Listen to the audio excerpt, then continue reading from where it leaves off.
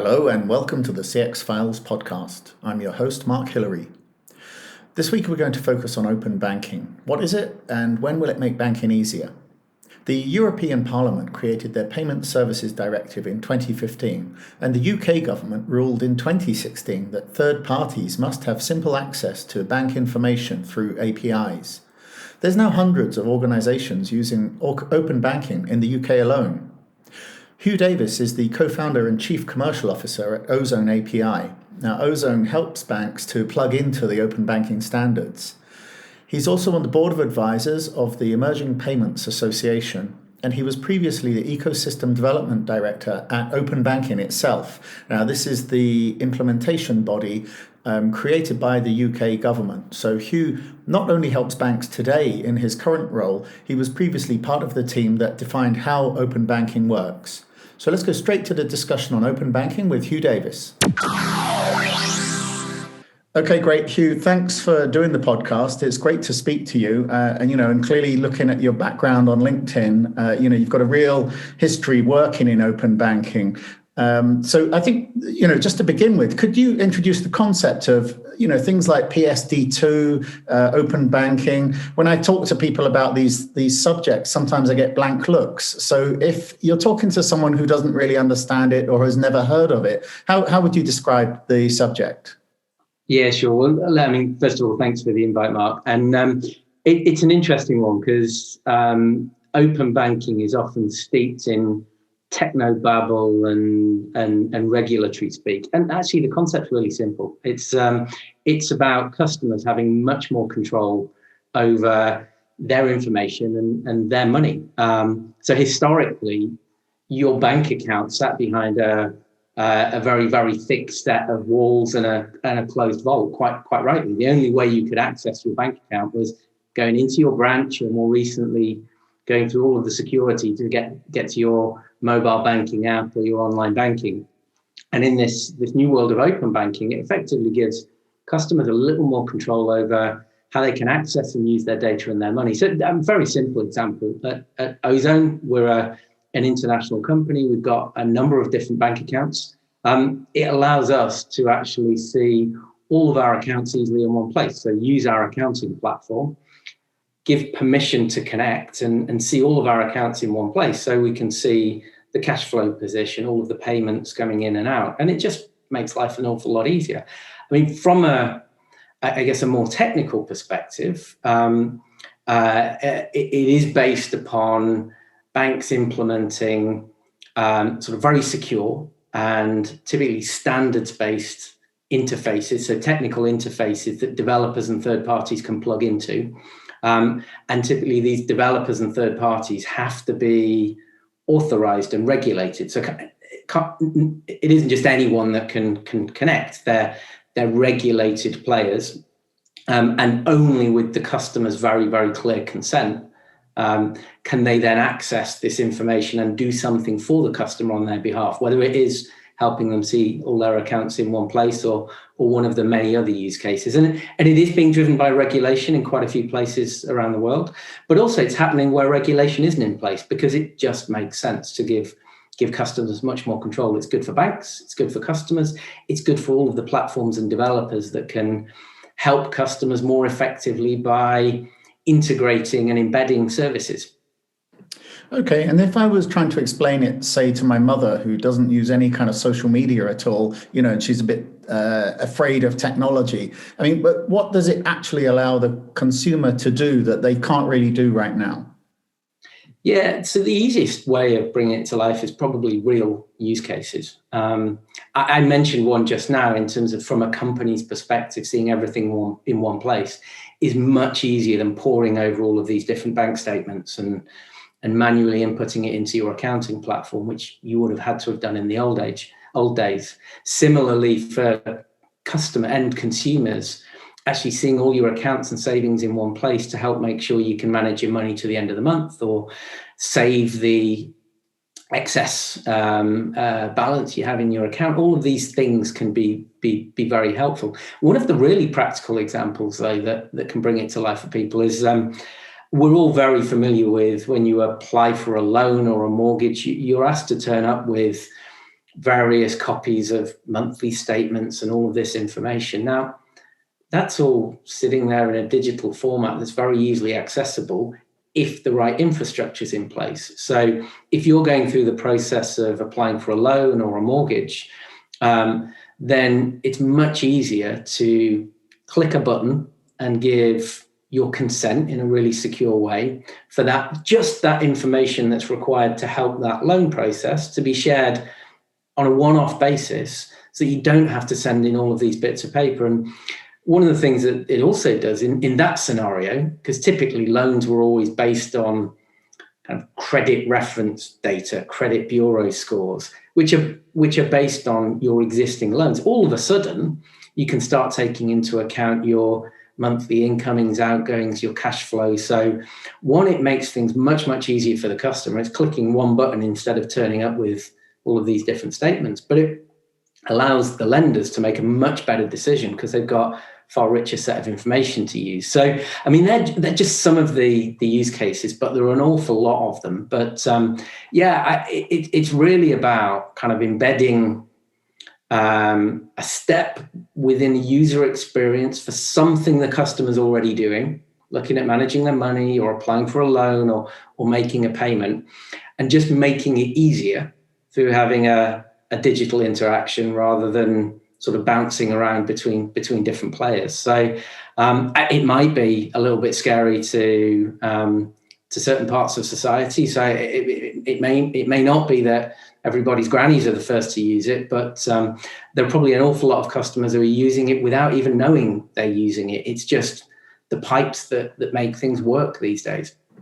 Okay, and so is Ozone, your company, and your API, is that actually making that interconnection between the banks easier then?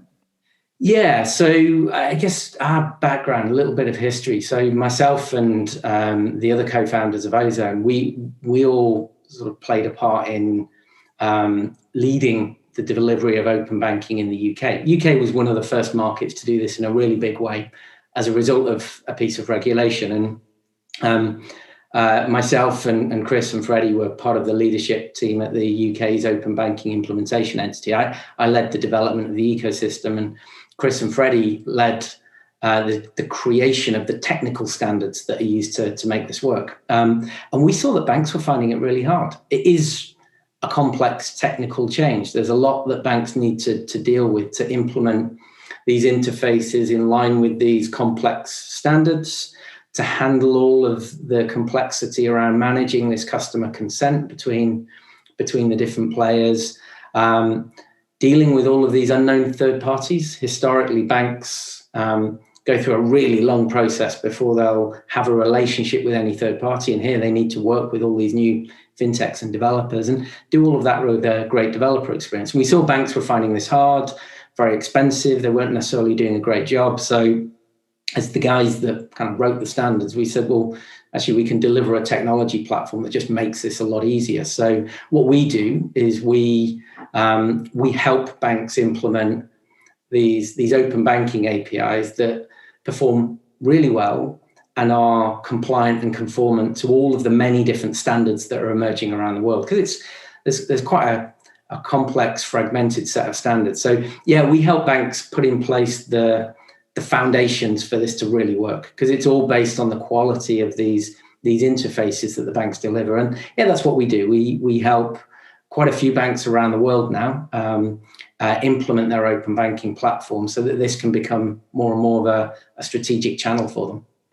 Okay, and it all sounds very high tech, and very much in the kind of fintech territory. So is this really just for the challengers, the fintechs, or are we looking at this applying across all banks? So this is a fundamental shift in the way that the banking business model works. So banks historically, as I mentioned earlier, to access the bank, you had to go through the bank's own channel. Banks are now implementing these developer channels for third parties to build on. This has happened in many other industries. I mean, you look at what Amazon have done with APIs and what Google have done with APIs around things like Google Maps. It's now embedded in so many other services because it's really good. And this is a fundamental step change in how banks serve customers and go to market. So it isn't just for challenger banks and fintechs. This is for all banks. And in some places, it's being driven by regulation. In fact, in the UK, it was the biggest banks that had to implement this first to try and drive more competition and innovation. But around the world, it's banks of all sizes that are implementing these APIs, and frankly, it's much more than a compliance initiative. This is lifeblood for banks. So if banks want their products and services to be useful for customers, they need to provide the flexibility so customers can use the channel that they want to use. So no, in fact, the biggest banks are the ones that have probably got the most to lose and the most to gain if they either do it wrong or do it right. I mean, they have huge volumes of customers who have kind of increasingly digital demands for how they want to use their money and service their accounts. And if they can't support that, customers will vote with their feet. So no, this is for the banking industry as a whole, and it is a huge opportunity for the very big banks, and it is a huge opportunity for the challengers to really build new services and differentiate. Okay, and from what you're saying, it sounds like a really fundamental shift. But haven't customers always managed in the past? I mean, what is this being driven by customer expectations? Yes, fundamentally it is. Although it's being accelerated and prompted in some places by the regulators saying the industry isn't moving fast enough on its own. But yeah, I mean, it's a good question. So years ago, if I wanted to watch a film, you'd pop down to Blockbusters, get a video out, take it back the next day, and you'd say it worked, right? But now, if you've got Netflix and Amazon Prime and everything else in front of you, you'd never want to go back to that world. And I think the same will be the case here. Again, I wouldn't want to go back to having to print out various copies of statements to do a simple online process.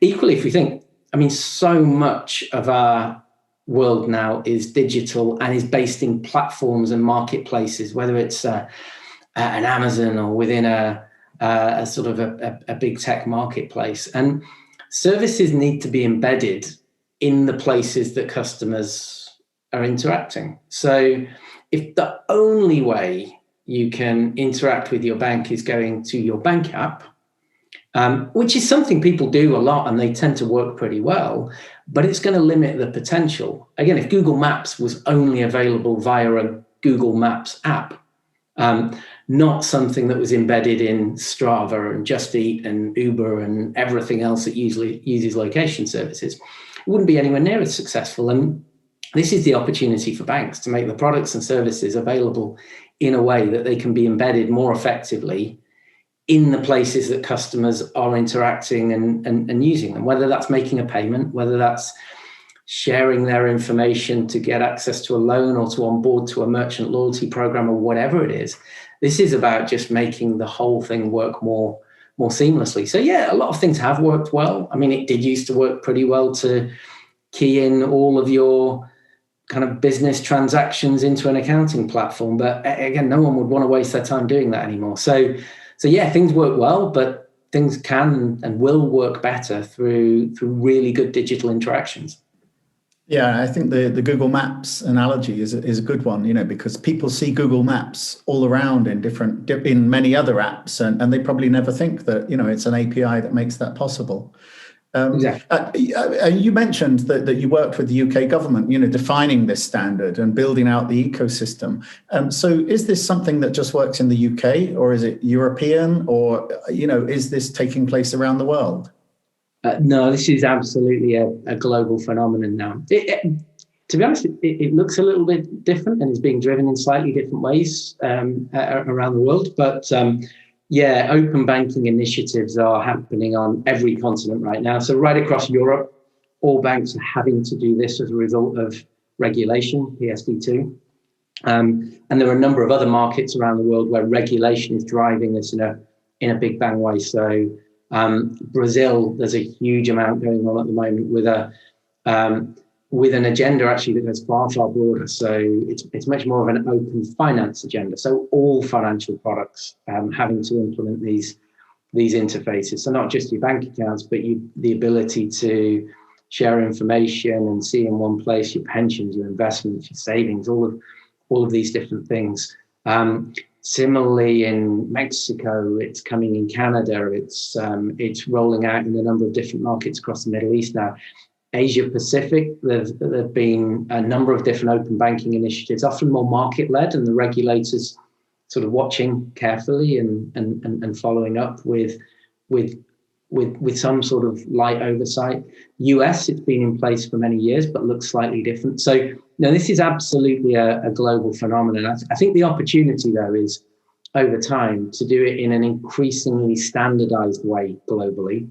So this becomes much more interoperable. So again, if you're building whether it's an accounting platform or a financial management platform or a payment platform, so it becomes much easier to plug into banks in a similar way, whether they're in Europe, Latin America, or Asia Pacific. And at the minute, we've still got quite a fragmentation in standards, and we support all of the standards that are out there to take away that complexity for banks. But that's definitely going to be one of the challenges. If it gets increasingly fragmented, it'll be hard. It's almost if every electrics manufacturer had a different plug socket, life would be an awful lot more difficult. So I think there's one of the global questions is how do you drive much more standardization and interoperability? But now this is absolutely a global phenomenon happening in many markets around the world.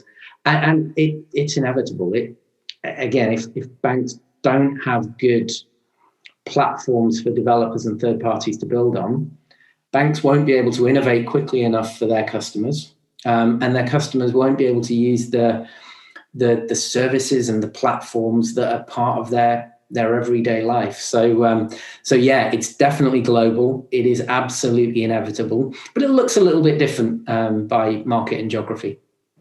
Okay, and is there any kind of inertia here? Because I'm in Brazil. I've got a few different bank accounts, and nobody's told me how to connect them together. And when I talk I'm from the UK. When I talk to my friends back in the UK, I haven't heard from any of them that are kind of connecting together their mortgage with their bank account, with their savings. So even though the standards have been out there for a few years now, so. Is it still kind of early adopters doing this, or when do you think it's going to go mainstream? Yeah, it's a really good question, and I think there's kind of some nuanced layers to the answer. I guess the first high level bit is actually it's pretty mainstream already.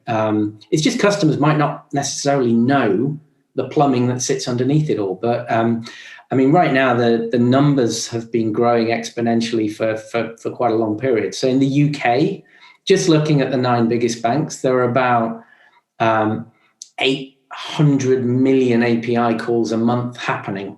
There are the UK implementation entity published some data early in the year around sort of more than 3 million very regular users of services that are based on open banking. There are hundreds of authorized third parties that are able to connect to banks and are delivering services, and all sorts of different use cases. So it is very real. It is growing.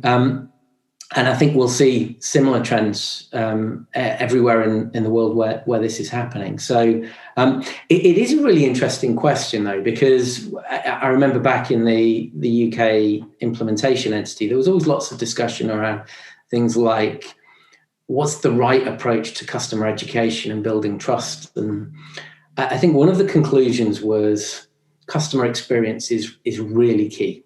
And a huge amount of effort went into building a customer experience layer into the open banking standards. So to ensure that banks were implementing these APIs and the processes, when a customer grants consent and authorizes access to their account, no unnecessary steps are put in there. What they're being asked to do is laid out very, very clearly. So there was some really good standards and guidelines developed around customer experience.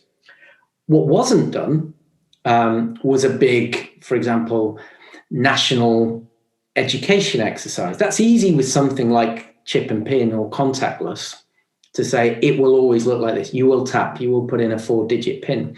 But in this world of open banking, what you're really doing is you're putting in foundations that allow innovation.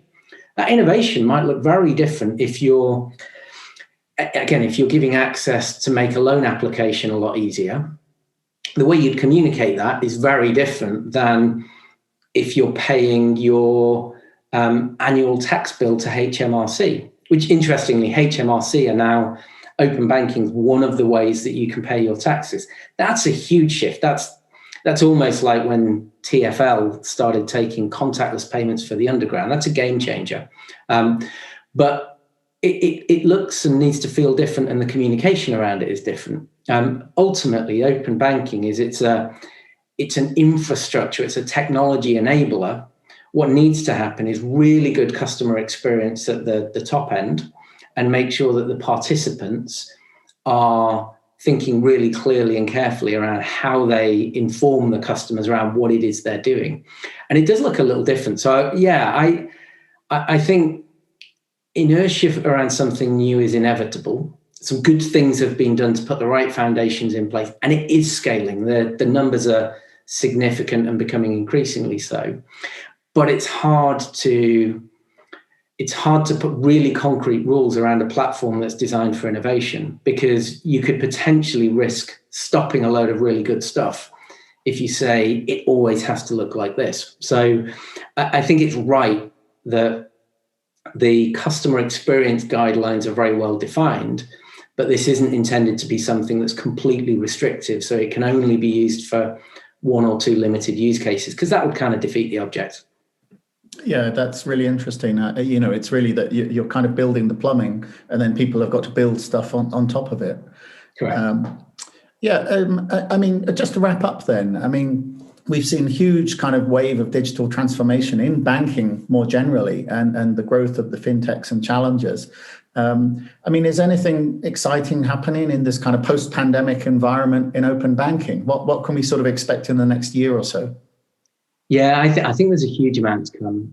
In fact, when the pandemic first hit and kind of everyone went into lockdown, and there was obviously a dramatic shift to more digital services, the open banking ecosystem in the UK, and in fact in a number of other countries, really took on the challenge. And there were quite a few businesses that really focused their efforts on how can this be used to help customers that may be in distress or may be suffering, whether that was helping with tools and processes to kind of manage debt with people being on furlough or losing roles, or around access to some of the loan schemes and things like that. So there's a huge amount of focus on how could it be used to help in the pandemic, in the time of the pandemic. But I think the really interesting stuff yet to come. So where open banking has rolled out at scale, like the UK, often it's been driven by regulation,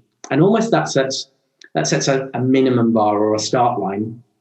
It absolutely isn't determining the end point. I think we'll see innovation in a few different areas. I think one will be around payments. So the ability to embed real-time, low-cost account-to-account payments into digital experiences will be a massive game changer. An alternative to the card model. It needs a few additional enhancements to happen. It's a step beyond the regulation, so it'll be more of a commercial space between the banks and the payment platforms. But that's coming. There's no doubt about that. Variable recurring payments is a standard that's been developed to support this. We've already implemented that, and I think we'll see some really exciting stuff happening in payments. I think the other area is, all of a sudden, this creates a new paradigm around identity. So as a customer, you can start, lots of people use things like login with Facebook, but that's not particularly secure in that the information you put into Facebook hasn't been verified. It hasn't gone through the same rigor that a bank would go through in confirming you are who you say you are when you open an account. So all of a sudden, there's this infrastructure where, whether it's merchants in a loyalty program or buying an airline ticket, all of a sudden you can say, click a button and I can share some information that really does confirm I am who I say I am. And that's been validated by my bank. And I think that could get really interesting. So a lot of opportunity for much more embedded intelligent payments, but also customers to share data in a really frictionless way that unlocks a lot of new doors for them in terms of onboarding experiences, merchant experiences, buying tickets, whatever it is. I think, there's a huge amount of potential, and it's about this going beyond just those minimum regulations. And I think we'll see that in the next 12, certainly 18 months.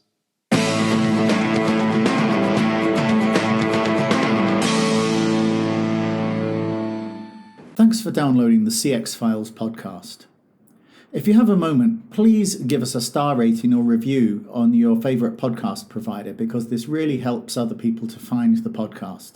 If you have any suggestions for future guests, or ideas, people or topics, then please just find myself, Mark Hillary, or Peter Ryan on LinkedIn and send a suggestion.